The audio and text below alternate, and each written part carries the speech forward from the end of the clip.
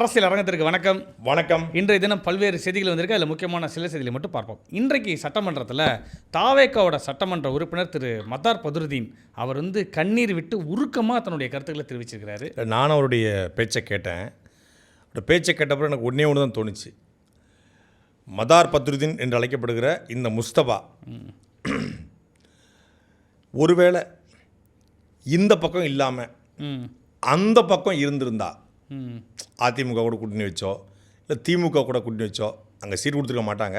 ஒரு சீட்டு கொடுத்துருந்தாங்க அப்படின்னு ஜெயிச்சு அந்த பக்கம் மேலே இருந்தால் என்ன பேசியிருப்பார் தெரியுமா? இஸ்லாமிய சமூகத்து என்னுடைய சமூகத்தை துப்பாக்கி படத்தில் அசிங்கமாக பேசினவர் இவருக்கு அவர் சார் வெளியே கூட சொல்ல முடியல. கடைசி பீஸ்ட் படத்தில் தீவிரவாதியை சித்திரவதை அப்படின்னு எழுதிருப்பார். 1999 என்னை பார்த்து என் சமுதாயத்தை பார்த்து இஸ்லாமிய மக்கள் எவ்வளவு பாதிக்கப்பட்டிருப்பாங்க. என் உணர்வை பேசுறேன். இந்த பக்கம் இருந்ததுனால இந்த பக்கம் இப்படி வருது, அந்த பக்கம் இருந்தா அப்படி. இவர் ஜெயிச்சிருக்க மாட்டாருன்னு சொல்லி எல்லாரும் கிண்டல் பண்ணாங்களாமா, இவர் கேலி பண்ணாங்களாமா.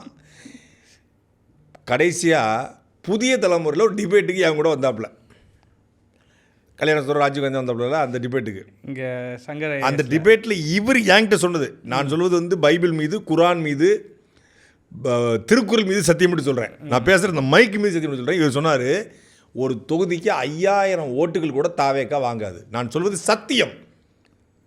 அவர் உண்மையிலே இஸ்லாமியராக இருந்தால், அவர் உண்மையிலே குரான் படிப்பவராக இருந்தால் இந்த வார்த்தை சொல்லலை. துறைமுறை இன்னும் மறுக்க சொல்லுங்க பார்ப்போம். குரான் மீது சத்தியப்பட்டு மறுக்கணும். அதை 5000 ஓட்டு கூட தமிழ்நாட்டை தாவேக்கா வாங்காது, பாளையாங்கோட்டை தொகுதியில் 4000 ஓட்டு கூட வாங்காது என்று என்கிட்ட சொன்னார். அண்ணே அது மட்டும் இல்லை அண்ணா, லைட்டெல்லாம் அடிக்காதீங்கண்ணே, வச்சு வெளுத்துருங்கண்ணே அப்படின்னாரு. ஒரு வாரத்தை சீட்டு கொடுத்துட்டாங்க. சீட்டு கொடுக்காமல் இருந்தால் அவர் தாவேக்காவுடைய ஆதரவுலேருந்து வெளியே வர தயாராக இருந்தார். அந்த நேரத்தில் ஊடகத்தில் பேசின எல்லாருக்கும் தெரியும், ஈவன் இடுமான காலத்திலேருந்து எல்லாருக்குமே பார்க்குற அத்தனை பற்றியும் தாவேக்காவை விட்டுறாதீங்க, டிவிக்கே விட்டுறாதீங்கன்னு சொன்ன நபர் இந்த முஸ்தபா. இன்றைக்கி ஜெயிச்சதுனால நான் இதை சொல்லக்கூடாதுன்னு நினச்சேன். தனிப்பட்ட உரையாடல பொதுவாக நம்ம சொல்ல மாட்டோம். ஆனால் நீலிக்கண்ணீர் வடிக்கக்கூடாது. என்னமோ நேற்றுக்கு நாள் தான் இந்த மாதிரி இது சம்பவம் நடந்த மாதிரியும் இவர் உடனே பேசுகிற மாதிரியும் அது நடந்து போன ஒரு விஷயம். சரி, அது இன்றைக்கி சட்டசபையில் நீங்கள் பேசுகிறீங்கன்னா, நீங்கள் துப்பாக்கி படத்துக்கும் பீஸ்ட் படத்துக்கும் அறிக்கை போட்டிருக்கீங்களே, பீஸ்ட்டுக்கு அறிக்கை போட்டிருக்காரு. 23 அமைப்புகளை திரட்டி விஜயனுடைய வீட்டை மூட்டிட்டு போய் விஜய் மண்டையில் மூளை இருக்கான்னு கேட்டார். யார்? இதே முஸ்தபா மதார் பத்ருதீன். விஜய் மண்டையில் மூளை இருக்கா? கமலஹாசனுக்கு தான் மூளை இல்லை, விஸ்வரூபம் எடுக்காரு. விஜய்க்குன்னு மூளை இருக்கா? விஜய் ஒரு இஸ்லாமிய விரோதி, இஸ்லாமிய வெறுப்புகளை சம்பாதித்து கொண்டவர் அப்படின்னு பேசினார். அது பேசின உரையாடல்கள், நேர்காணல்கள் டிவியில் இருக்குது. தொடர்ச்சியாக அவருடைய எல்லா படத்திலும் இஸ்லாமியர்களை பயங்கரவாதிகளாக, தீவிரவாதிகள் சித்தரிக்கிறாங்கன்னு சொல்லி ஏஆர் முருகதாஸ், சந்திரசேகரன், விஜயோட அப்பா சந்திரசேகரன், கலைப்புலி தானு இவங்ககிட்டலாம் எல்லா அமைப்பிலும் கோரிக்கை வச்சு துப்பாக்கி படத்து குறிப்பிட்ட காட்சிகள் நீக்கப்பட்டதாக செய்தி. பீஸ்ட் படத்தையும் திருப்பி காட்டி ஒரு இஸ்லாமியரை பயங்கரவாதியை காட்டி ஒரு தலையை வெட்டி கொண்டுற மாதிரி அந்த காட்சிகள் கடுமையான அளவில் பேசப்பட்டுச்சு. அதுக்கு முதல் ஆளாக போராடினது இந்த முஸ்தபா டோண்டோரி முஸ்தபா. ஹீரோவுக்கும் சொந்த அறிவு இருக்கா இல்லையா? அப்படி ஒரு காட்சியை வைக்க அவருக்கு என்ன சார் உள்நோக்கம்? அப்ப துப்பாக்கில ஏன் சார் வச்சார் அவரு? துப்பாக்கில என்ன அடிப்படையில் துப்பாக்கி? விஜய்க்கு 6 அறிவு இருக்குன்னு நீங்க பேசுறீங்கன்னு வச்சுக்கோங்களேன். துப்பாக்கில எந்த அடிப்படையில் வச்சிருக்காரு? இந்த இடத்துல இப்படி பேசுறாரு, அட்டென்ஷன் சிக்கிங்காக பேசுறாரு. என் காரை உடைச்சாங்க. எதுக்கு உடைச்சாங்க? அன்னைக்கு உடைச்சிக்க வேண்டியது காரை கிடையாது. நான் எப்படி பார்த்தா என்ன தெரியுமில்ல, இன்றைக்கு எப்படி பொய்யா பேசுகிறாரோ சட்டசபையில், அதே போலத்தான் அன்றைக்கு தந்தி தொலைக்காட்சியில் விவாதம். அந்த விவாதத்துக்கு நான் தாமதமாக வர போயிருப்பேன். நான் போகும்போது அப்படி அவர் பேசிக்கிட்டு இருந்தார். எது? இந்த ஆமை குஞ்சு காடை குஞ்சிக்கலாம், அதே புளிப்பு காமெடி, பழைய ஜோக்கு தங்கத்தோற மாதிரி பேசிகிட்டு இருப்பாப்புல. ஆமை குஞ்சு காடை குஞ்சிக்கலாம் ஓட்டுருக்கும்னா சீமானுக்கு ஓட்டு விழுந்துடும் அப்படின்னு சொல்லி, இன்றைக்கி இயற்கையை காப்பாற்றணும், இயற்கை விவசாயம் அழிஞ்சிரும், அதனால தான் ஏர்போர்ட்டை தூக்குறோம்ன்றாங்களே. இதுக்கு தான் ஒரு மனுஷன் போராடினார். இதைத்தான் ஒருத்தர் களத்தில் செஞ்சார். ஆனால் ஆமை குஞ்சு காடை குஞ்சுன்னு கிண்டல் பண்ணாங்க. கிண்டல் பண்ணும்போது நான் போயிடுறேன். வாதம் போய்கிட்டு இருக்கும் பொழுது என்ன பண்ணுறதே தெரியாமல், நீங்கள் தமிழ்நாட்டை தமிழர் ஆளணும்னு சொல்கிறாங்க. அதுக்கு இவர் அப்படி பார்த்தா சீமான் என்ன தமிழனா? சீமான் மலையாளி, அவங்க தாத்தா பேர் ஜோக்கப்புன்னாப்புல. வந்துச்சு ஆத்திரம். மேடை விட்டு நான் எந்திரிச்சிட்டேன். எந்திரிச்ச உடனே அதுதான் இருந்து நம்ம ஆளுக்கெல்லாம் கூட்டிடுறாங்க. அதுக்கப்புறம் வந்து அந்த விவாதம் வந்து இப்போ பேசி முடிச்சு மன்னிப்பு கேட்க சொன்னால் மன்னிப்பு கேட்கல.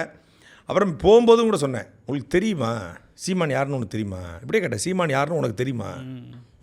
அரணையூருக்கு முன்னோட போயிருக்கியா? நீ வந்து தேனிக்காரன் தானே?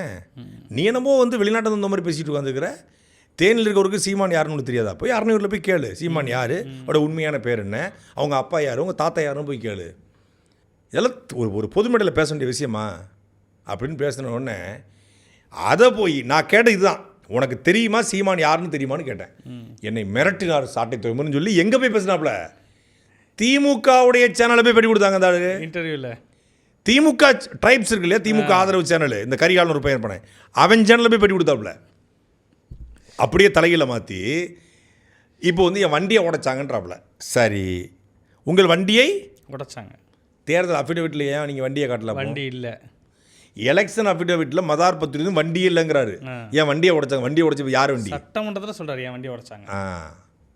இவங்க எவ்வளோ பெரிய ஃப்ராடு கும்பலுக்கு இருக்குது, இது ஒரு எடுத்துக்காட்டு. இஸ்லாமிய சமூகத்தில் பிறந்துக்காரு, தொப்பி வச்சுக்கார், அவ்வளோதான். இவர் இஸ்லாமியோட பிரதிநிதியும் கிடையாது, இஸ்லாமியர்களுக்காக பாடுபட்டவரும் கிடையாது, இவர் இஸ்லாமியருக்கு மொத்தமாக குத்தகை எடுத்த மாதிரியும் கிடையாது.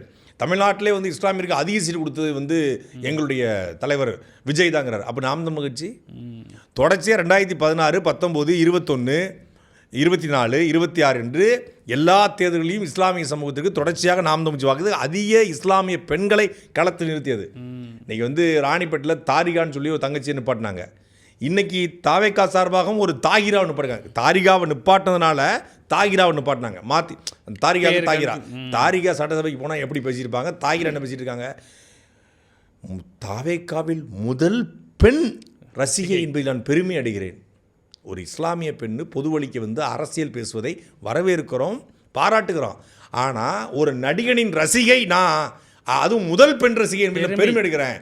அந்த கட்சியினுடைய கொடியைத்தான் நான் மஞ்சள் சகப்பாக அணிந்திருக்கிறேன்னு ஒரு இஸ்லாமிய பெண் சொல்லுது. அப்படின்னா இஸ்லாமிய பெண்களை இஸ்லாமிய சமூகம் அந்த குறிப்பிட்ட தாகிராங்கிற பெண்ணை அரசியல் படுத்தலை, அவங்களுக்கு வந்து மார்க்கத்தை கற்றுக் கொடுக்கல, நபி வழியை கற்றுக் கொடுக்கலன்னு அர்த்தம். கண்டிப்பாக உண்மையாக நபி வழியை, மார்க்கத்தை, குரானை முழுமையாக படித்து இஸ்லாமிய வாழ்வில் ஏற்றுக்கொண்ட ஒரு பெண்ணு நான் ஒரு நடிகனுடைய முதல் ரசிகை என்பதை சட்டமன்றத்தில் பதிவு பண்ணுவாங்களா?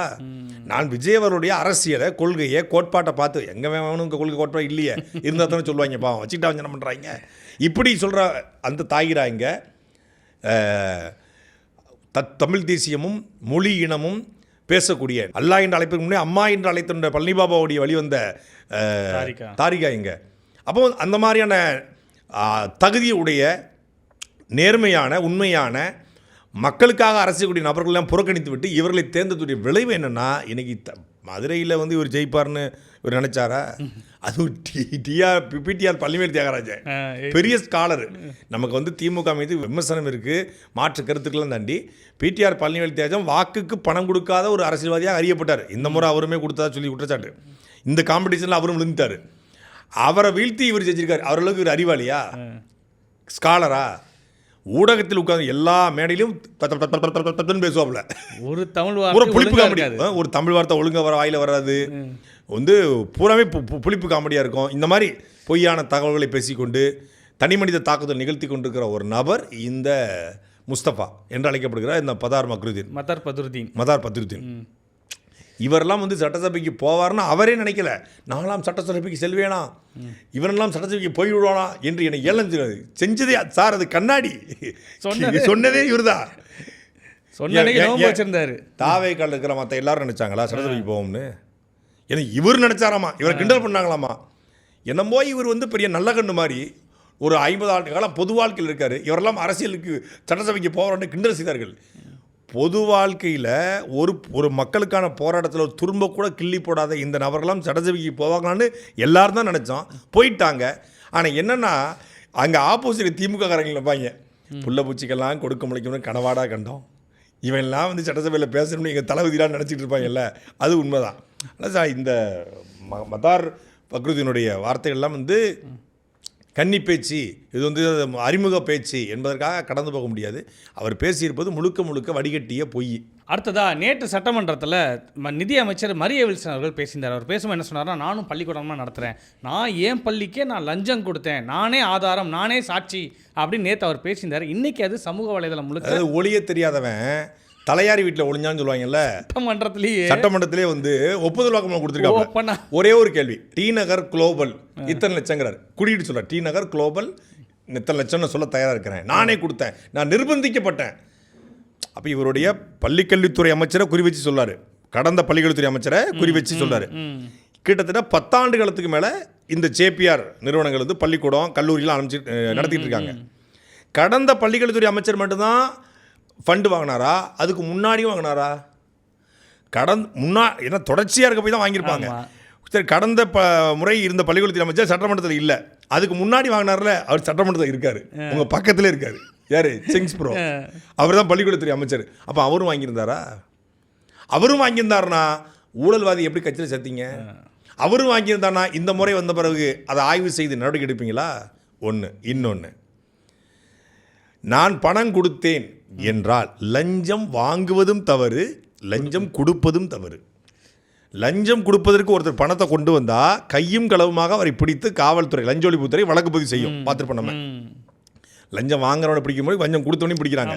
லஞ்சம் கொடுத்ததுக்காக தான் டிடிவி தினகரன் திகார் ஜெயிலுக்கு போயிருந்தார், அதிமுக எடுக்கிற அந்த அருமையான புரட்சி பயணத்தில். கொடுத்ததுக்காக தான் போனார், வாங்கினதுக்கு போல கொடுத்ததுக்காக ஒருத்தர் உள்ள போனாப்புல. அதுபோல் லஞ்சம் கொடுத்ததற்கு ஏன் மரிய வில்சனை அமலாக்கத்துறையும் வருமான வரித்துறையும் லஞ்ச ஒழிப்புத்துறையும் வழக்கு பதிவு செய்யக்கூடாது? ஏன்னா ஏன் அமலாக்கத்துறை நம்ம சொல்கிறோம் அப்படின்னா, லஞ்சம் பணம் கொடுக்குறான், ஐடி கட்டின பணத்தையே கொடுத்துருப்பான், முன்னாள் அமைச்சர்களோ இல்லை அமைச்சருடைய பிஏக்களுடைய அக்கௌண்ட் நம்பரை வாங்கியா கொடுத்துருப்பான், இல்லை பேடிஎம்லையும் ஜிபேலையாக கொடுத்துருப்பான், கேஷாக தான் கொடுத்துருக்கணும். கொடுத்துருந்தால் அந்த பணம் எந்த பணம்? அப்போ அது சட்டவிரோத பணமா இல்லையா? இவர் வந்து வித்தவுட்டில் கொடுத்த பணம் வித்தவுட்டில் தான் வாங்கியிருப்பீங்கன்னா நீங்கள் லஞ்சத்தை கொடுத்துருக்கீங்க. அப்போ லஞ்சத்தை யார்கிட்ட வாங்கினீங்க? அப்போ பள்ளியில் டொனேஷனோ கல்லூரியில் டொனேஷனோ வாங்கப்பட்டிருக்கனால் அதுவும் சட்டவிரோதம் தானே. அப்போ சட்டவிரோத பணப்பரிமாற்றம் ஒன்று நடந்திருக்கிறது என்றால் ஏன் அமலாக்கத்துறை மரிய வில்சனை விசாரிக்கக்கூடாது?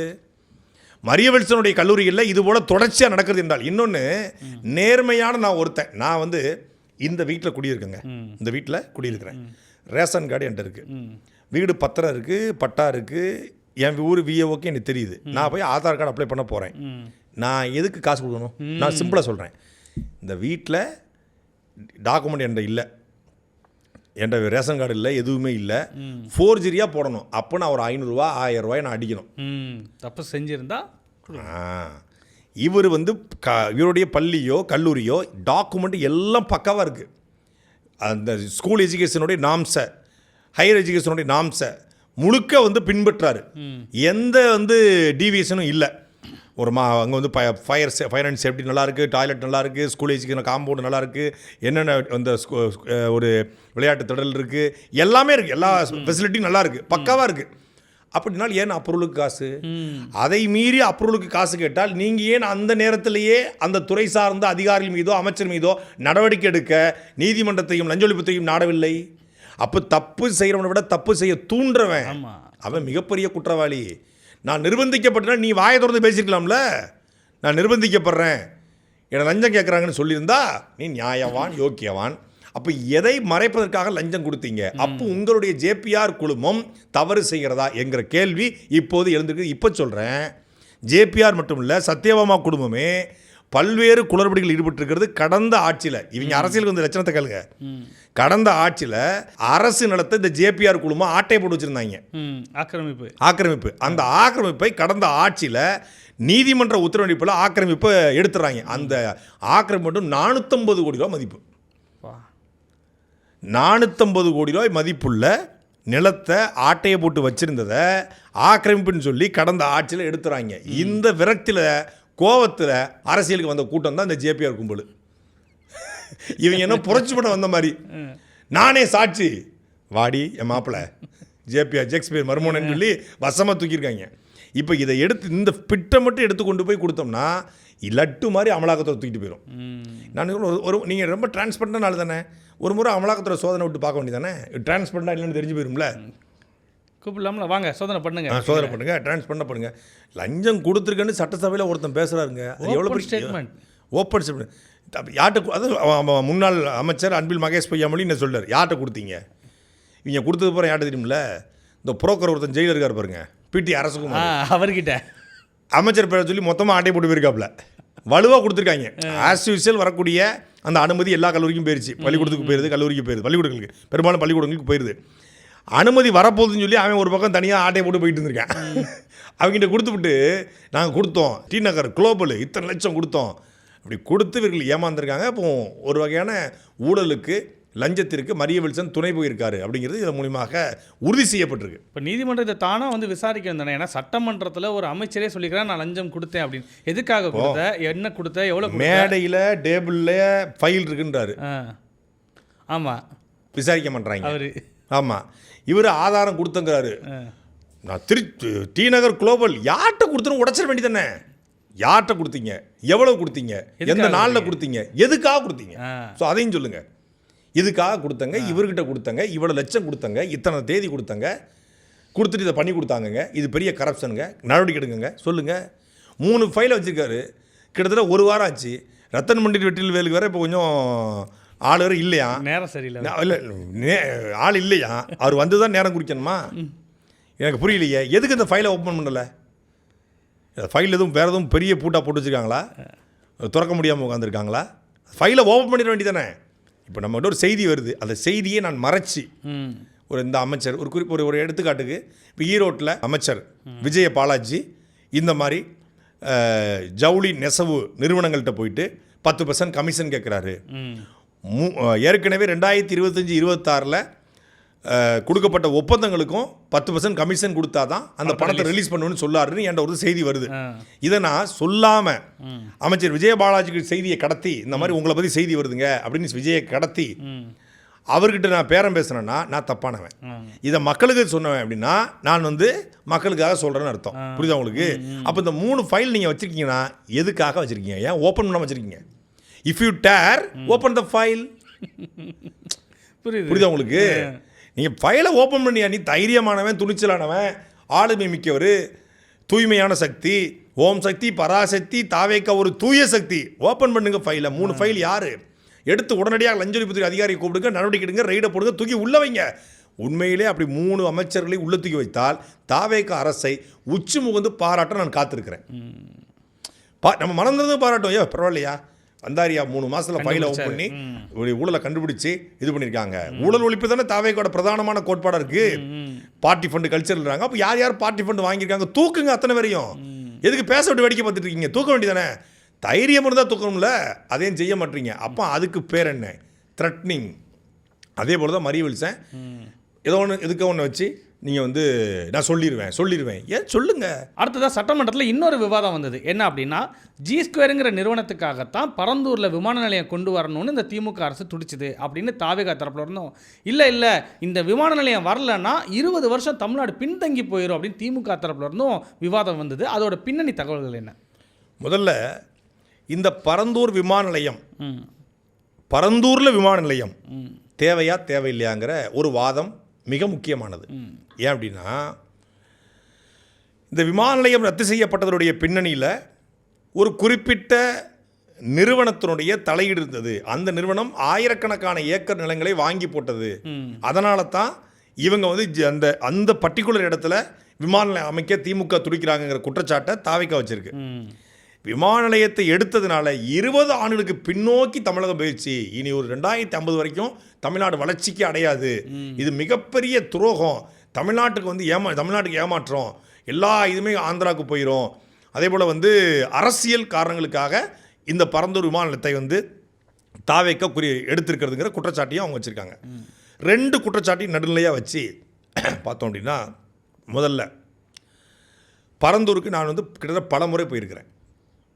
2024 பரந்தூருக்கு போய் ஒரு நாள் முழுக்க பரந்தூரில் இருந்து அந்த பகுதி முழுக்க இப்போ தடை இருந்துச்சு. நான் வந்து பைக்கில் போனேன். பைக்கில் போய் அங்கேருந்து போய் ஒரு காரில் ஏறி மாற்றுப்பாதையில் போனோம். காவல்துறை உள்ள அனுமதிக்கவே செய்யலை. கிட்டத்தட்ட ஒரு 1000 நாட்கள் தொடர்ச்சியாக அந்த மக்களுடைய போராட்டம். குறிப்பாக வந்து ஏகனாபுரம், நெடுவயல், தண்டலம், நாகப்பட்டு உள்ளிட்ட 13 கிராமங்கள். தமிழ்நாட்டிலே எந்த கிராமத்துக்கும் இல்லாத அளவுக்கு, குறிப்பாக நான் சொல்ல இந்த அரிட்டாப்பட்டி பகுதி இருக்கு இல்லையா, ஆமாம், அரிட்டாப்பட்டி போல் இதுவும் ஒரு வகையான பழமையான கிராமங்கள். ஏன் அரிட்டாப்பட்டி ரொம்ப சிறப்பு அப்படின்னா, அரிட்டாப்பட்டியில் வாழக்கூடிய மக்கள், அங்கே ஏன் டங்ஸ்டன் வேண்டாம்னு சொன்னோன்னா, அந்த மக்கள் அங்கே இருக்கக்கூடிய மலையில் வரக்கூடிய நீரை அங்கே இருக்கக்கூடிய குளங்களில் சேமித்து அரிட்டாப்பட்டியை சுற்றி கூட 12 கிராமங்களில் அந்த நீரை பயன்படுத்துகிறாங்க. அவங்க வைகையாத்து தண்ணியவோ வேறு கம்மா தண்ணியவோ வேறு வாய்க்கால் தண்ணியோ நம்பியிருக்கலை. அந்த ஊரில் பெய்யக்கூடிய மழை நீர் ஊற்று இதை நம்பி வாழ்ந்து அதை வைத்து விவசாயம் செய்யக்கூடிய ஒரு தற்சார்பு வாழ்க்கை வாழக்கூடிய மக்கள். அதே போலத்தான் தமிழ்நாட்டில் பல கிராமங்கள் இருக்குது. அது ஒரு பல்லுயிர் காடாக எப்படி அரிட்டாப்பட்டி அறிக்கப்பட்டுச்சோ அதே போலத்தான் இந்த ஏகனாபுரம், தண்டலம், நாகப்பட்டு, போடூர், அக்கம்பரம்பு, இந்த பகுதி எல்லாமே ஒரு தற்சார்பு கிராமங்கள். காரணம் என்னென்னா, 1000 ஆண்டுகளுக்கு முன்பு பல்லவர்கள் காலத்தில் கம்பன் கால்வாய் என்கிற ஒரு 80 கிலோமீட்டர் ஓடக்கூடிய ஒரு கால்வாய் வெட்டப்படுது. இந்த கால்வாயிலிருந்து வரக்கூடிய தண்ணீர், மழை பெய்யக்கூடிய தண்ணீரை இதில் இருக்கக்கூடிய கிட்டத்தட்ட ஒரு 80 நேரடியான ஏரிகள். இந்த 13 கிராமங்களில் 80க்கும் மேற்பட்ட ஏரிகள் இருக்குது. இந்த ஏரிகளில் என்னென்னா, என்ன பெரிய ஒரு ஸ்பெஷல் அப்படின்னா, சங்கிலி தொடர்புன்னு சொல்லுவோம். ஒவ்வொரு ஏரிக்கும் ஒரு செயின் இருக்கும். நீங்கள் ஒரு ஏரியில் தண்ணீர் வந்து நிரம்புதுன்னா அடுத்த ஏரிக்கு போயிடும். ஸோ செயின் மாதிரி இருக்கும், ஒரு செயின் லிங்க் இருக்கும். இந்த சங்கிலி தொடர் ஏரிகள்னு இதுக்கு பேர். இந்த ஏரிகள் இருப்பதனால இந்த நிலமே ஒரு ஸ்பாஞ்ச் மாதிரி இருக்கும். இப்போ சென்னையில் வரக்கூடிய தண்ணீர் வடிது இல்லையா, நிலத்தடி நீர், தண்ணி வழிஞ்சு நேராக போகுது. நிலத்தடி நீர் வந்து இந்த ஊர், இந்த 13 கிராமங்கள் அந்த பகுதி வந்து உறிஞ்சினால தான் சென்னையில் வெள்ள அபாயம் வந்து கொஞ்சம் குறைகிறது. ஒருவேளை இந்த நிலம் ஒரு தாழ்வான நிலம் வந்து கல்லை கொண்டு கொட்டி, இப்போ விளிங்க துறைமுகம் கட்டுற மாதிரி பெங்களூர் ஏர்போர்ட் எப்படி கட்டப்படும் உங்களுக்கு தெரியுமா? பெங்களூர் ஏர்போர்ட்டும் ஒரு தாழ்வான பகுதி தான், அதுவும் இதே போல் ஒரு நீர்பிடிப்பு பகுதி தான். ஆனால் அங்கே ஆயிரக்கணக்கான டன், லட்சக்கணக்கான டன் கற்களை கொண்டு கொட்டுறான். அதாவது பெங்களூருடைய ஓடுதளம் இருக்குது பாருங்க, விமான ஓடுதளம், அது கிட்டத்தட்ட ஒரு 5 மாடி கட்டடத்துக்கு சமம். அந்தளவு கற்கள் உள்ளே இருக்குது. 5 மாடி கட்டடம், 5வது மாடியில் தான் இதுவே இருக்குது, 2 இருக்குது. கீழே 5 அடுக்கு வச்சுருக்கான். நிலத்துலேருந்து 3 அடுக்கில் தண்ணி வந்து உள்ளே இறங்கும். அந்த 3 அடுக்குலையும் நம்ம கற்களை போட்டு கொட்டி இறங்காத தண்ணீர் வந்து ஒரு சொட்டு கூட ட்ராப் உள்ளே போகாது. எவ்வளோ மழை பெஞ்சாலும் கிட்டத்தட்ட அதுவும் ஒரு 3000-4000 ஏக்கருக்கு மேலே உள்ள நிலப்பரப்பு. அந்த தண்ணி எவ்வளோ பெஞ்சாலும் மழை வந்து அப்படியே வலிஞ்சு போய் அங்கே இருக்கிற வாய்க்கால் மூலியமாக வெளியேறிடும். அந்த அளவுக்கு அவன் கட்டியிருக்கிறான். அந்த நிலம் அப்படி, அது அந்த ஒரு அவுட்டரில் அவளுடைய ஸ்பேஸ் கிடச்சிது. பெரிய ஆக்கிரமிப்புகள் அவங்க அகற்றலை, பெரிய விவசாய நிலத்தை அகற்றலை. அதனால் அது அங்கே பண்ணிட்டாங்க. அது ஒரு மாதிரி ஏர்போர்ட்னு சொல்லலாம், பெங்களூர் ஏர்போர்ட்டை. ஸோ ஆசியாவிலே ஒரு பெரிய இந்த மாதிரியான ஏர்போர்ட்டு, அதாவது மழை பெய்ந்தால் துளியிலும் தண்ணீர் நிற்காத அளவுக்கான ஒரு ஏர்போர்ட்டை பெங்களூரில் கட்டியிருக்காங்க. அப்படி இங்கே கட்ட முடியுமா? இந்த நிலத்தில் உருவாக்க முடியுமா? இதை விட்ட வேறு நிலைமை இல்லைன்னு சொல்கிறாங்களே, இந்த நிலத்தை உருவாக்க முடியுமாட்டா வாய்ப்பே கிடையாது. ஏன்னா இது இயற்கையிலேயே நீர்பிடிப்பு பகுதி, பஞ்சு போன்ற பகுதி. இவங்க ஓட்டுற ரன்வே இருக்குது பாருங்கள், அது நேரடி ஏகனாபுரம் ஏரிக்குள்ளே வருது. ரன்வேல நீ என்ன பெரிய கல் அப்படின்னா அது எவ்வளோ பெரிய மலைகளை உடைக்கணும், உடைச்சி பேஸ்மெண்ட்டை ஏற்றி கொண்டு வரும். அப்படி பண்ணினாலும் நிற்காது. ஒருவேளை இவங்க சொல்வது போலவே அந்த இடத்துல கற்களை குழாம் கொட்டி பெங்களூர் ஏர்போர்ட்டை மாதிரியாக வைத்துக்கொண்டு ஒரு 5746 ஏக்கரில் ஒரு ஏர்போர்ட்டை முழுமையாக கட்டி முடித்து அது ஒரு பசுமை வெளி ஏர்போர்ட்டாக மாறினால் அந்த நிலம் மிகப்பெரிய மேடாக மாறும். சென்னையிலேருந்து வரக்கூடிய அந்த நீர் இதை உறிந்து வைக்கக்கூடிய அந்த நிலம் அந்த தன்மையை இழக்கும். அப்போ என்ன ஆகும்? அந்த தண்ணி வெளியேறும், சென்னை வெள்ளத்தில் முழுகும். இதனால தான் நான் எங்களை விட சென்னை கடலில் வெள்ளத்தில் மூழ்கினோம்னா அந்த மக்கள் கடுமையாக போராடுறாங்க. இன்னொன்று 5746 ஏக்கருக்குள்ளே இந்த 13 கிராமம் கம்ப்ளீட்டாக வருது. ஏகனாபுரம், தண்டலம் இந்த பகுதி கிராமங்கள் முழுமையாக வருது. பல்வேறு கோவில்கள், பள்ளிவாசல்கள், தேவாலயங்கள், பல்லவ கால சிற்பங்கள், இது எல்லாம் இன்க்ளூடிங் வருது. 3 போகம் நெல்லை உற்பத்தி செய்யக்கூடிய ஒரு நிலப்பரப்பு. சில ஆண்டுகளில் 2 போகம் விளைவிக்கிறாங்க, கடலை விளைவிக்கிறாங்க, சிறுதானியங்கள் விளைவிக்கிறாங்க. இப்படி விளைவிக்கக்கூடிய ஒரு நாள் அந்த ஊர் மக்கள், நேரத்தையும் சொன்னது போல் தன்னுடைய வாழ்க்கையை மட்டும் நம்பி வாழக்கூடிய மக்கள், எப்போதுமே தண்ணி கேட்டு போராடாத மக்கள். தமிழ்நாட்டிலே தண்ணி இப்போ நம்ம டெல்டாவில் தண்ணி கேட்டு போராடுவோம், திருநெல்வேலியில் தண்ணி கேட்டு போராடுவாங்க, வைகையில் தண்ணி கேட்டு போராடுவாங்க, வட மாவட்டங்களில் தண்ணி கேட்டு போராடுவாங்க. ஆனால் தமிழ்நாட்டிலே தண்ணீருக்கென்று போராடாத ஒரு கூட்டம் அந்த கூட்டம். ஏன்னா தண்ணி இயற்கையாகவே இந்த ஊரில் இருக்குது. அப்போ அங்கே போய் நீ ஏர்போர்ட் அமைப்புன்னு சொன்னோன்னா அது முழுக்க முழுக்க தவறானது. நாங்கள் என்ன தான் ஆய்வு பண்ணோம், அப்படி பண்ணோம், இப்படி பண்ணோம். இன்னொன்று கேட்போம், ஒரு ஏர்போர்ட்டை விவசாய நிலத்தை அழித்து உருவாக்கிடலாம், ஆனால் ஏர்போர்ட்டை அழித்து விவசாய நிலத்தை உருவாக்க முடியுமா? முடியாது. இன்றைக்கி எல் நினோ, காலநிலை மாற்றம், பருவநிலை மாற்றம் அப்படிங்கிறதுனால பல்வேறு நாடுகளில் கடலுக்குள்ளே நீந்தி போய்கிட்டு இருக்கேன். சோத்துக்கு வழி இல்லாமல் கடலுக்குள்ளே நீந்தி போய்கிட்டு இருக்கான். என்ன வேணாலும் நடக்கலாம். ஏற்கனவே இந்த மாதிரி சென்னையில் இருக்கக்கூடிய 36 நீர்நிலைகளை, இந்த நுங்கம்பாக்கம் இருக்கு இல்லையா, சென்னையில் வள்ளுவர் கோட்டம், வள்ளுவர் கோட்டமே ஒரு நீர்நிலை ஆக்கிரமிப்பு.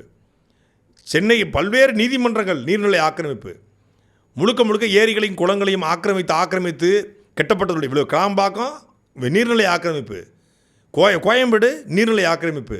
இப்படி நீர்நிலை ஆக்கிரமிப்போட பண்ணோட விளைவு தான் 2015 வெள்ளத்தில் மிதந்தோம். நீர்நிலை ஆக்கிரமிச்சோட விளைவு தான் 2021 திமுக ஆட்சிக்கு வந்தோடனே வெள்ளத்தில் மிதந்தோம். இப்படி நீர்நிலை ஆக்கிரமிப்புகளை பள்ளிக்கரணை போன்ற சதுப்பு நிலை ஏரி, சீமானவர்கள் சொல்லுவாங்க, ஒரு காலத்தில் வந்து இந்த 96 அந்த காலத்தில் சீமானவர் சென்னைக்கு வந்த புதுசில் இந்த பள்ளிக்கரணில் பிடிக்கக்கூடிய மீன் வந்து அவ்வளவு சுவையாக இருக்குமா. ஏன்னா அது நன்னீர், சதுப்பு நிலை நன்னீர். ஆமாம், அவ்வளவு சுவையாக இருக்கும் அந்த மீன். அப்படி போய் வாங்கிட்டு வருவான். இன்றைக்கி சாக்கடையாக மாறிடுச்சு. 30 ஆண்டுகள் கண்ணுக்கு முன்னாடி ஒரு பள்ளிக்கரணை என்கிற அது அது சதுப்பு நிலை என்ன, அது ஒரு பஞ்சு, எவ்வளவு மழை பெஞ்சாலும் அதை உறிஞ்சி வச்சுக்கும். அதான் சதுப்பு நிலம், அதோட ஸ்பெஷாலிட்டி. அந்த சதுப்பு நிலத்தில் லட்சக்கணக்கான பறவைகள் வந்து தங்கும். இன்றைக்கி மொத்தமாக குப்பைமேடாக மாற்றி சாக்கடையாக மாற்றி முடிச்சிட்டீங்க கதையை. அதனால தான் 2001 வெள்ளம், 2023 வெள்ளம், சென்னையில் இருக்கக்கூடிய முக்கியமான நீர்பிடிப்பு நிலையங்களை புறத்தை ஆக்கிரமித்து லேக் ஏரியானே பேர் வச்சுருக்காங்க. சென்னையில் lakh area, lake view apartment இல்லை ஏரியா பேரே லேக் ஏரியா. லேக் ஏரியா இது என்ன ஏரியா? இன்னும் ஒரே இந்த ஏரியாவில் தண்ணியாக நிற்குத என்ன ஏரியா? ஒரு காலத்தில் ஏரியா இருந்த ஏரியா. அப்போ ஏரியை பூரா ஆக்கிரமிச்சிட்டா வரும் காலங்களில் தண்ணிக்கு என்ன பண்ணுவீங்க? சோத்துக்கு என்ன பண்ணுவீங்க? அரிசிக்கு என்ன பண்ணுவீங்க? நீருக்கு என்ன பண்ணுவீங்க? நீங்கள் ஏர்போர்ட்டு கட்டி ரன்வே உருவாக்கிடலாம். தண்ணியை உலகத்தில் எவ்வளோ பெரிய விஞ்ஞானி, எவ்வளோ பெரிய அறிவியல் அறிஞர், எவ்வளோ பெரிய தலைவர் பெருமகன் யாராக இருக்கட்டும், ஐன்ஸ்டீனோ, அப்துல் கலாமோ, மயில்சாமி அண்ணாதுரையோ, இல்லை வீராசாமியோ, எவனா யாராவனா எடுத்துக்கோங்க, பெரிய அறிவாளிங்க. இவர் தாங்க உலகத்திலே சிறந்த அறிவாளின்னு ஒருத்தரை கூட்டுவாங்க. இந்த நீர் மூலக்கூறை உருவாக்க சொல்லுங்கள். தண்ணி 2 பங்கு ஹைட்ரஜன் 1 பங்கு ஆக்சிஜன் தானப்பா, உருவாக்கி காட்டு. நிலாவில் தண்ணி இருக்கான்னு இந்த அறிவாளிகள்லாம் சேர்ந்து பல கோடியை போட்டு செவ்வாயின் தென்துருவத்தில் ஆராய்ச்சியான். என்னத்துக்கு? தண்ணீர் இருக்கான்னு. செவ்வாயில் போய் ஆராய்ச்சி, நிலாவின் தென்துருவத்துக்கு போய் ஐயோ வீரமுத்துவேல் இங்கே படித்தார் அங்கே படித்தார். எதுக்கு? என்ன குசிக்கிறிய? எதுக்கு நிலாவின் தென்துருவத்துக்கு போய் தண்ணீருக்கான ஆராய்ச்சி பண்ணுது? இங்கே தண்ணி இருக்குது, இங்கே விவசாய நிலம் இருக்குது, 5746 ஏக்கரில் விவசாய நிலம் இருக்குது, 80 ஏரி இருக்குது. இதை அழிச்சு விட்டு நிலாவின் தென்துருவத்தில் போய் தண்ணீருக்கான ஆராய்ச்சி பண்ண போகிறாங்களாம். இந்த மாதிரி முட்டாள்கள் யாராவது பார்த்துருக்கீங்களா? இல்லை 20 வருஷம் பின்னோக்கி போயிடும், முன்னோக்கி போயிடும். இப்போ மட்டும் கிழிச்சிக்கிட்டு நிற்கிது. அப்படியே வண்டி ஓட்டுவதற்கு ரன்வே இருக்குது, ஓட்டுறதுக்கு ஃப்ளைட் இல்லை. உக்ரைனுக்கும் ரஷ்யாவுக்கும் சண்டைங்க. உக்ரைனில் தமிழ் இங்கே இருக்க இந்தியாவுடைய சார்ந்தவர்கள் இருக்காங்க. உக்ரைனில் போய் அழைச்சி வரதுக்கு இந்தியாவுக்கு ஃப்ளைட் இல்லை, சொந்தமாக இராணுவ விமானத்தை அனுப்பிச்சிக்கிட்டு உட்காந்துருக்காங்க. ஏன் இப்போ இஸ்ரேலில் சண்டை, ஈரானில் சண்டை, என்ன பண்ணாங்க? இங்கேருந்து போர் விமானம் தான் போய்கிட்டு உட்காந்துருக்கு. சொந்தமாக விமானம் இல்லை, பயணிகள் விமானம். சுற்றி குட்டி குட்டி நாடுகள் சொந்த விமானம், ஒரு விமானத்தை வைத்திருக்கார் நாட்டுக்கு. எதுக்கியா நீ இவ்வளவு? அதெல்லாம் வந்து இதுதான் பகட்டு. நான் பட்டு வேட்டி குறித்து கனவு காணும்போது கட்டிய கோவணம் கனவு போனதுமாங்கல்ல, அதுபோல் பளிச்சுன்னு இருக்கணும், பலன்னு இருக்கணும், அப்படி இருக்கணும், இப்படி இருக்கணும், டெவலப்மெண்ட்டாக இருக்கணும், அப்படி இருக்கணும், பல ரன்பைகள் இருக்கணும். இருந்து அது நீரையும் சோறையும் உற்பத்தி பண்ணுமா? அது என்னுடைய பசியை போக்குமா? இந்த மக்களெல்லாம் ஆந்திராவுக்கு போகிறோன்னு அறிவிக்கிறாங்க. ஏகனாபுரத்து மக்கள் ஆந்திராவுக்கு நாங்கள் போகிறோம் அகதியா அப்படின்னு தொடர்ச்சியான போராட்டம். அந்த போராட்டத்தின் விளைவாக இன்றைக்கி உண்மையிலேயே தமிழ்நாடு அரசு செய்த உருப்படியான காரியம் இந்த பரந்தூர் விமான நிலைய திட்டத்தை ரத்து செய்தது. ஆனால் இப்போ இருக்கிற சவால் என்னென்னா, இருக்கிற மீனம்பாக்கத்தை எக்ஸ்டென்ஷன் பண்ணுங்கள், அதுதான் சரி. நான் 5000 ஏக்கருக்கு புதுசாக கட்டுவேங்கிறது அதுவும் மிகப்பெரிய அபத்தமானது. ஆனால் என்னென்னா, இப்போ இந்த சட்டசபையில் வைக்கிற வாதத்தில் அமைச்சர் கீர்த்தனா சரியான வாதத்தை எடுத்து வச்சாங்க. உண்மையிலே சொல்ல போனால் என்னென்னா, இந்த நான் சொன்னதே அவங்க சொல்லியிருந்தாங்க. இப்படி விவசாய பகுதி இது 2 முறை விவசாயம் பண்ணுறாங்க, அவங்க கல்டிவேட் பண்ணுறாங்க, 2 டைம்ஸ் கல்டிவேட் பண்ணுறாங்க, ரைஸ் ப்ரொடெக்ஷன் பண்ணுறாங்கலாம் சொன்னாங்க. சரி, அது அவங்களுடைய லாங்குவேஜ் வச்சுக்கோங்க, தயாரிக்கிறாங்க, எல்லாம் பண்ணுறாங்க. ஆனால் இதில் வந்து உருப்படியாக அவங்க அப்படி பேசும்பொழுது அவங்க சரியாக பேசுகிறாங்க. ராஜ்மோகனும் சரியாக பேசினார். நீங்கள் வந்து க்ரீன் ஏர்போர்ட்லாம் கிடையாது, ரெயின் ஏர்போர்ட்னு நான் சொல்லலாம். அது வந்து பசுமை வழி ஏர்போர்ட்டாக கிடையாது, வேணால் வந்து தண்ணீர் ஏர்போர்ட்டுன்னு நான் சொல்லலாம். நீங்கள் அப்படி ஏர்போர்ட் அமைச்சிங்கன்னா தண்ணியில் தான் அது மிதக்கும் மழை பெஞ்சா அப்படின்னு சொல்லி அவரும் வாதத்தை வச்சார். இந்த வாதத்தை கெடுப்பதற்காகவே ஒரு அட்டென்ஷன் சீக்கிங் போல் ஒருத்தருக்காரில் உள்ள சட்டசபைக்குள்ள இந்த 2 பேரும் ஒழுங்கான வாதத்தை வைக்கும்போது ஆதாரம் எதுவுமே இல்லாமல் ஒருத்தர் எந்திரிச்சு உங்கள் மாப்பிள்ளை கம்பெனிக்காக G2க்காகத்தான் நீங்கள் இந்த ஏர்போர்ட் வேணும்னு சொல்கிறவங்க தான் மொத்த பேரும் எந்திக்கிறாங்க. இவர் மாப்பிள்ளை கம்பெனின்னு சொல்ல, அப்போ உங்கள் லாட்ரி மருமோனுக்காகத்தான் நீங்கள் புது ஏர்போர்ட்டை கட்டிங்கன்னு நான் சொல்லவான்னு சொல்லி மரியாதைக்குரிய தங்கம் தென்னரசு அவர்கள் கேட்குறாரு. அவர் கேட்குற கேள்வி என்ன தப்பு இருக்குது? நீ பேசுறதுக்கு சரி, நீ கேட்குறதுல உண்மை இருக்கா அப்படின்னு பார்த்தா 2025 தமிழக முதலமைச்சர் திரு ஜோசப் விஜய் அவர்கள் வந்து பரந்தூருக்கு போகிறாரு. பரந்தூரில் போய் அவர்கிட்டையும் ஒரு டேட்டா சொல்கிறாங்க, சார் இந்த மாதிரி ஒரு குறிப்பிட்ட கம்பெனிக்காகத்தான் பரந்தூரில் ஏர்போர்ட் கட்டுறாங்கன்னு சொல்லிடுறாங்க. அப்போ அந்த குறிப்பிட்ட நிறுவனம் G2 நிறுவனம் வந்து ஒரு விளக்க அறிக்கை கொடுக்குது. 20/1/2025 G2 அறிக்கை கொடுக்குது. என்னன்னா factual clarification by G2, no land holdings in Parandur area. அவர் company is India's largest real estate developer. Our company has verified from the electronic media news that certain individuals are misleading the public with false information that our company is holding large land parcels at Parandur village for the both individual and political reasons. Our company does not own any land in the new airport expansion Parandur area, Sripathumudur Taluk, Kanchipuram district. Our company has no political association with any party.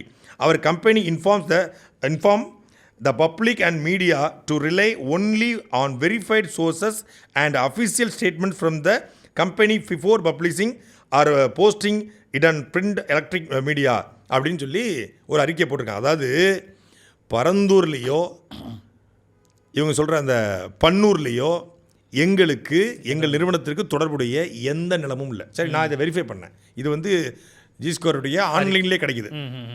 இன்றைக்கி வந்து தமிழ்நாடுடைய மின்சாரம் மற்றும் எரிசக்தித்துறை அமைச்சர் திரு நிர்மல்குமார் அவர்கள் இந்த வார்த்தையை பதிவு பண்ணுறாரு, G2 மாப்பிள்ளைக்காகத்தான் அந்த லேண்டுன்னு.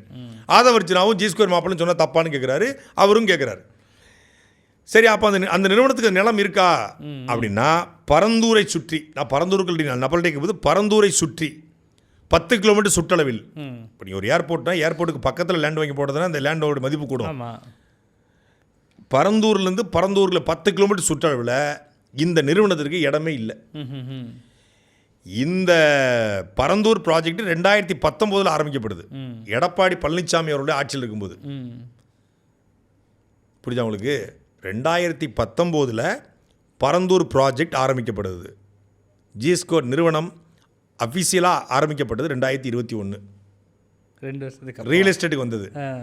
அதுக்கு முன்னாடி இந்த நிறுவனம் ஹோல்சேல் வியாபாரம் பார்க்குது. எப்படி? L&Tக்கு, இந்த ஹூண்டாய்க்கு, பெரிய பெரிய கார்ப்பரேட் நிறுவனங்களுக்கு இடத்த வாங்கி விற்கக்கூடிய ஒரு நிறுவனம், அவ்வளோதான்.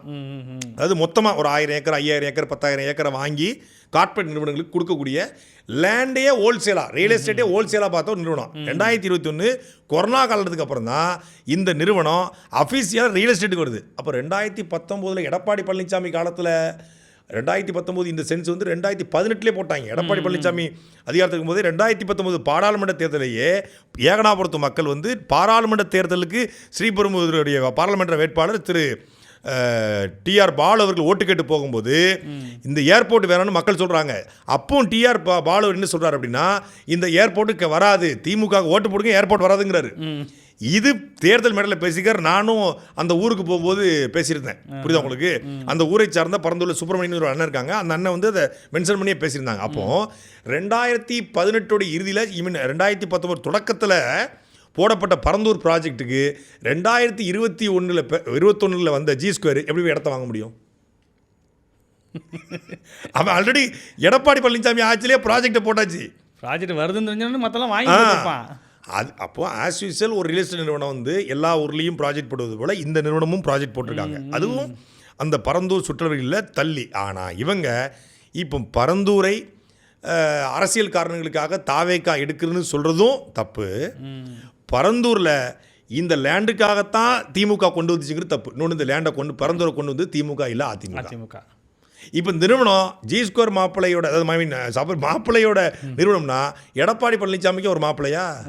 அது இவருக்கு தானே மாப்பிள்ளை. அதாவது கேட்குற மக்கள் கேணையர்கள் அப்படின்னு சொல்லி இவங்களாவே ஒரு லாபியை கிரியேட் பண்ணி சட்டசபையில் இதை பேசணுமா அப்படின்னா இது தேவையற்ற வாதம். ஆதவர்ஜுனாவுக்கு வந்து சபரீசனோடு நேரடி முரண். ஏன் முரண் சொல்லுங்க பார்ப்போம். இதற்காக 2 பேருக்கும் முரண் ஒரே ஒரு முரண் தான்.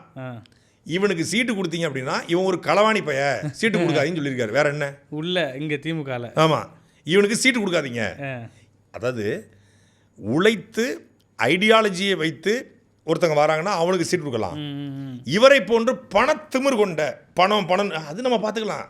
நம்ம பக்கத்து தொகுதிக்கு செலவு பண்ணிடலாம், கள்ளக்குறிச்சிக்கு நம்ம செலவு பண்ணிக்கலாம், நம்ம இதுக்கு செலவு பண்ணலாம், அது பார்த்துக்கலாண்ணே. நம்ம ஒன்றி செலவுக்கு ஒரு 10 கார் வாங்கி கொடுத்துருவோம். இப்படி எல்லாமே பணமாக பேசக்கூடிய ஒரு நபர் அதை வச்சுனா. அப்படி தான் இப்போ தாவைக்கால பல பேருக்கு வந்து ஸ்வீட் பாக்ஸை கொடுத்தா அப்படியே முச்சிக்கிட்டு இருக்காங்க. ஸோ எந்நேரம் அவருடைய மென்டாலிட்டி என்னென்னா, அது ஒன்றும் பிரச்சனை, நம்ம ஒரு 1000 பேரை போட்டு ஒரு ஆஃபீஸ் போட்டுடலாம், அவங்க ஒன்றி செலவுக்கு அப்புறம் கார் வாங்கி கொடுத்துடலாம், நம்ம அதெல்லாம் பார்த்துடலாம். இப்படி பேசுனா எப்படி இருக்கும் உங்களுக்கு? சில பேர் ஊரில் இப்படி இருப்பாங்க. அந்த மாதிரியான நபர்னால என்னென்ன பணம்னு பேசிட்டு இருக்காங்க, எப்போ இவர் கொடுத்தா தப்பாக போயிடும், நாளைக்கு நம்ம கட்சியே விலை காப்பாப்பில். இப்போ விசிகால பாதி மாவட்டத்தில் விலைக்கு வாங்கலையா, அது மாதிரி திமுகவில் ஏற்கனவே 10 வருஷம் திமுக ஆட்சி இல்லாமல் இருக்குது இருந்த காலகட்டம். அப்படிமா அந்த இடத்துல உள்ளே போகிறாரு, இவரெல்லாம் உள்ளே விட்டோம்னா விலைக்கு ஆகாது அப்படின்னு சொல்லி சீட்டு தருக்காரு.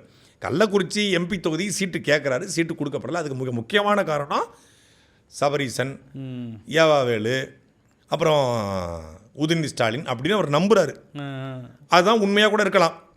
உடனே என்ன பண்ணுறாருனா, இப்போ வந்து அவங்கள வந்து ரிவெஞ்ச் எடுக்கணும், ரிவெஞ்ச் எடுக்கணுங்கிறதுக்காக சட்டசபையில் இதை பேசி ஒரு வாத பொருளாக மாற்றி ஒரு டிஸ்கஷனாக கொண்டு வரணுங்கிறதுக்காக இது முழுக்க சட்டசபையினுடைய மானிய கோரிக்கையும் திசை திருப்போது இது உண்மைக்கு 100 விழுக்காடு புறமானது. ஏன்னா தனிப்பட்ட முறையில் நான் இது விசாரித்து பார்க்கல பொழுது அப்படி எதுவுமே இல்லை. ஆனால் பரந்தூர் விமான நிலையத்தினுடைய இந்த ரத்து என்பது வரவேற்கத்தக்கது, நான் பாராட்டுறேன். ஆனால் அது இதுக்காக ரத்து செய்யப்பட்டுச்சா, இல்லை இதுக்காக திமுக போய் அங்கே இடம் வாங்கினாங்களா, அந்த இடத்த தேர்ந்தெடுக்கலாம், அது தப்பு. திமுக இந்த நிறுவனத்திற்காக போய் பரந்தூர் தேர்ந்தெடுக்கலை. அவங்க 5700 ஏக்கரில் ஒரு புதிய ஏர்போர்ட்டை கட்டணும், தங்களுக்கு பேர் கிடைக்கணும், லேபிள் தங்களுக்கு வேணும். திமுக ஏன் பதறது, திமுக ஏன் வந்து கண்டிக்குது, ஐயோ ஏர்போர்ட்லாம் 20 வருஷம் பின்னோக்கி போயிடுவோம், வளர்ச்சி பாதிக்கப்பட்டுரும் அப்படின்னு சொல்லி காரணம். இது வந்து அதிமுக ஆட்சியில் தொடங்கப்பட்டிருந்தாலும் இந்த நில கையகப்படுத்தல் அடுத்த கட்டத்துக்கு போகிற அந்த அந்த அந்த ஸ்டேஜ் எல்லாமே திமுக ஆட்சி நடக்குது. திமுக ஆட்சி தான் அதுக்கு அப்ரூவல் வந்து கொடுக்கப்படுது. பிளானிங் திட்டம் போடுதல் தான் அதிமுக. அந்த அப்ரூவல் கொடுக்கப்பட்டது வந்து திமுக ஆட்சியில். அப்போ தங்களுக்கு ஒரு பேர் வேணும், பிராண்ட். நாங்கள் தான் தமிழ்நாட்டோட வளர்ச்சிக்கு இருந்தோம், அப்படியே வந்து நாங்கள் ஐடி பார்க்கை கொண்டு வந்தோம் அப்படிலாம் சொல்கிறாங்க இல்லையா. அதுபோல் தமிழ்நாட்டுக்கு ஏர்போர்ட் நாங்கள் தான் கொண்டு வந்தாங்கிற அந்த பிராண்டு வேணும், அந்த லேபிள் வேணும், அந்த அதுக்கு வந்து தங்களுக்கு உரிமை கொண்டாடணுங்கிற ஒரே ஒரு காரணத்துக்கு. அதாவது என்ன சொல்கிறாங்க, நம்ம ஊரில் சொல்லுவாங்கல்ல, வீம்புக்கு அம்பு விடுறது, அதுதான். இப்போ அடுத்ததாக கர்நாடகாவில் 3 தமிழர்கள் சுட்டுக் கொல்லப்பட்ட விஷயமா உதயநிதி இன்னைக்கு சட்டமன்றத்தில் பேசியிருக்கிறாரு. அதாவது ஆகஸ்ட் 15ஆம் தேதி மான் வேட்டைக்காக போன 3 பேரை வந்து கர்நாடகா வனத்துறை வந்து சுட்டுக் கொல்லப்பட்டுச்சு அப்படின்னு ஒரு செய்தி வருது. இப்போ முதல்ல எல்லாருமே நினச்சது வந்து மான் வேட்டை தான். சரி, மான் வேட்டை ஆடினாலும் கூட அவர்களை நீங்கள் பிடித்து காவல் நிலையத்தில் நிறுத்தி அவர்களை வந்து நீதிமன்றத்தில் நிப்பாட்டி சிறையில் வைப்பதான வழக்கம். மான் வேட்டையாடிய ஒருத்தனை வந்து எதற்காக சுட்டுக் கொள்றீங்க அப்படிங்கிற கேள்வியை நம்ம எல்லாருமே எழுப்பியிருந்தாங்க. மானின் உயிர் மதிக்கத்தக்கதான். இப்போ மானுக்கு மனித உயிர் வந்து பழி கொடுக்கணுமா அப்படின்னு கேள்வி எழுப்பணும். துப்பாக்கியோடு பிடிச்சோம், தோட்டாக்களோடு பிடிச்சோம்னாங்க. அப்போ முதல்ல என்ன ஆகுதுன்னா, ஒரு செருப்போட ஃபோட்டோ வெளிவருது. லூனா செருப்பு ஸ்டிக்கரோடு இருக்குது, லேபிளோடு இருக்குது. அப்போ ஒரு சந்தேகத்தை எழுப்புது, புது செருப்பாக இருக்குது, புது செருப்பு போட்டு தான் காட்டுக்குள்ளே மான் பிடிக்க போனாங்களா, மான் வேட்டைக்கு போனாங்களான்னு கேள்வி வருது. சரி, மான் வேட்டைக்கு போனாங்களே, அவங்களுக்கு துப்பாக்கிகள் தோட்டாக்கள் இதுக்கு முன்னாடி தான் வழக்கு பதிவு பண்ணியிருக்கா அப்படின்னு விசாரித்து பார்த்தா இல்லை. Anthonisamy, John rose Peter, Kumar, இந்த குடும்பத்தார்கள் வந்து பல்வேறு ஊடகங்களுக்கு பேட்டி கொடுக்குறாங்க. இவங்க யாருமே இது போன்ற செயலில் ஈடுபடுறவங்க கிடையாது. எல்லாருமே அன்றாடம் காட்சிகள், விவசாயிகள், கூலி வேலை பார்க்குறவங்க. மாடு அந்த காட்டுக்குள் போனதால் மாட்டை பிடிப்பதற்காக தேடி போனார்கள். மாட்டை வேறு யாரும் வேட்டையாடக்கூடாது, மாடு போயிடக்கூடாது, காட்டுக்குள்ள போயிடக்கூடாதுன்னு சொல்லி மாடு மாட்டை, அதாவது தான் வளர்த்த மாட்டை, தவறிப்போன மாட்டை பிடிப்பதற்காக காட்டுக்குள்ளே கொஞ்சம் தான், பெரிய திக் ஃபாரஸ்ட்லாம் போயிடல, கொஞ்சம் ரேஞ்சு தான், ஒரு 500 மீட்டரில் ஒரு 1/2 கிலோமீட்டருக்குள்ளே தான் போயிருக்காங்க. அந்த மாதிரி போனவர்களை சுட்டுட்டாங்கன்னு சொல்கிறாங்க. இப்போ பிரேத பரிசோதனை முடிவுகள் வெளிவந்திருக்கிறது, அவரோட போஸ்ட்மார்ட்டம் ரிப்போர்ட் வெளிவந்திருக்கிறது. ரொம்ப க்ளோஸ் ரேஞ்சில், ஷார்ட் ரேஞ்சில் வச்சு அவங்கள வந்து துப்பாக்கியில் சுட்டிருக்காங்க. அந்த புகைப்படங்கள் நான் பார்த்தேன். மனசாட்சி உள்ள யாராலும் அந்த புகைப்படத்தை பார்க்க முடியாது, அவ்வளவு கொடூரமாக இருக்குது. அதாவது ஒருத்தருடைய தாடையும் இந்த நெஞ்சு பகுதியும் அப்படியே மொத்தமாக பிச்சுட்டு போயிருக்கு. இப்படி நிப்பாட்டி இப்படி வச்சு அடிச்சா அப்படி இருக்கும். நீங்கள் வந்து மான் வேட்டை யாருன்னா காலில் தானே சொல்லணும். இந்த தாடை இல்லை, நெஞ்சு பகுதி இல்லை. இன்னொருத்தருக்கு நெஞ்சில் இவ்வளோ பெரிய ஓட்டை, அப்படியே வச்சு சட்டுன்னு அடிச்சிருக்காங்க. ஒருத்தருக்கு கால், ஒருத்தருக்கு இடுப்பில் இவ்வளோ பெரிய ஓட்டை, அதாவது பிச்சுக்கிட்டு போயிருக்கு. அப்புறம் சின்ன சின்ன புல்லட்டு நிறைய அப்படியே இது இருக்குது. அதாவது பின்னாடி வழியாக அடித்து செதறனா அப்படி இருக்கும். செதறனா இப்படி செதறி இருக்குது உடம்பு முழுக்க. கொடூரமாக உடம்பு முழுக்க காயங்கள், அடித்ததுக்கான காயங்கள், சித்திரவதை செய்ததுக்கான காயங்கள். அப்போது வனத்துறை அதிகாரிகள் இவர்கள் தமிழர்கள் என்று தெரிந்தே திட்டமிட்டு அடிச்சிருக்காங்க. குறிப்பாக இந்த கர்நாடகா தமிழ்நாடு பிரச்சனை போய்கிட்டு இருக்கு, மேகதாது பிரச்சனை போயிட்டு இருக்கு, காவிரியில் நம்முடைய உரிமை கேட்டு போராட்டம் நடந்துகிட்டு இருக்கு. தொடர்ச்சியாக கன்னட அமைப்புகள் ஒரு பக்கம் போராடுறாங்க, தமிழ்நாட்டை ஒரு இது நம்ம தொடர்ச்சியாக கோரிக்கை வைக்கிறோம். இந்த சூழ்நிலையில் தங்களுடைய இனவெறியை தீர்த்து கொள்ள இது நடத்தப்பட்டுச்சா, அதுதான் இப்போ இருக்கிற கேள்வி. அது குறித்து தமிழ்நாடு முதலமைச்சர் இது வரைக்கும் வாயை திறந்து ஒரு வார்த்தை பேசலை. சட்டசபையில் திரு உதயநிதி ஸ்டாலின் அவர்கள் இந்த கேள்வி எழுப்பியிருக்காரு.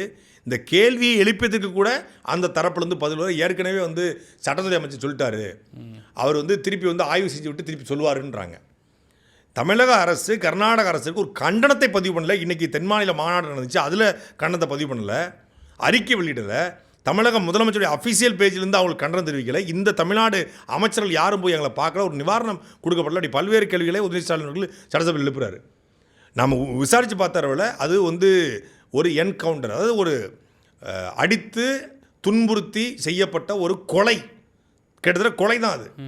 மான் வேட்டைக்கு போனால், மயிர் வேட்டைக்கு போனாங்கிறலாம் பொய். அவன் மாடு பிடிக்க போயிருக்கிறான், தவறி போனவர்களை திட்டமிட்டு கொண்டிருக்காங்க அப்படிங்கிறது கிட்டத்தட்ட உறுதி செய்யப்பட்டிருக்கிறது.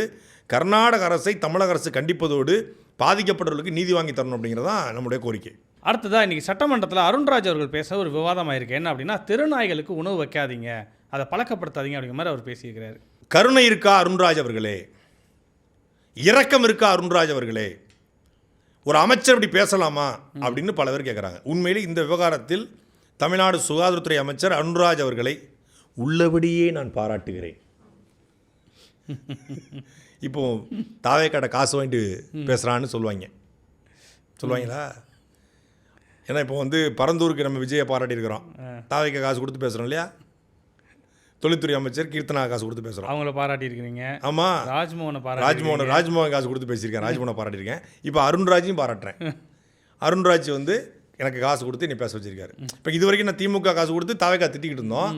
இப்போ தாவேக்கா காசு கொடுத்ததுனால திமுகட்ட கேள்வி கேட்குறோம், பரந்தூருக்கு வந்து நீங்கள் தேவையில்லாமல் பேசிக்கிட்டு இருக்கீங்க அப்படின்னு கேள்வி கேட்குறோம். அப்படி தானே? உண்மை என்னவோ அதை பேசணும்.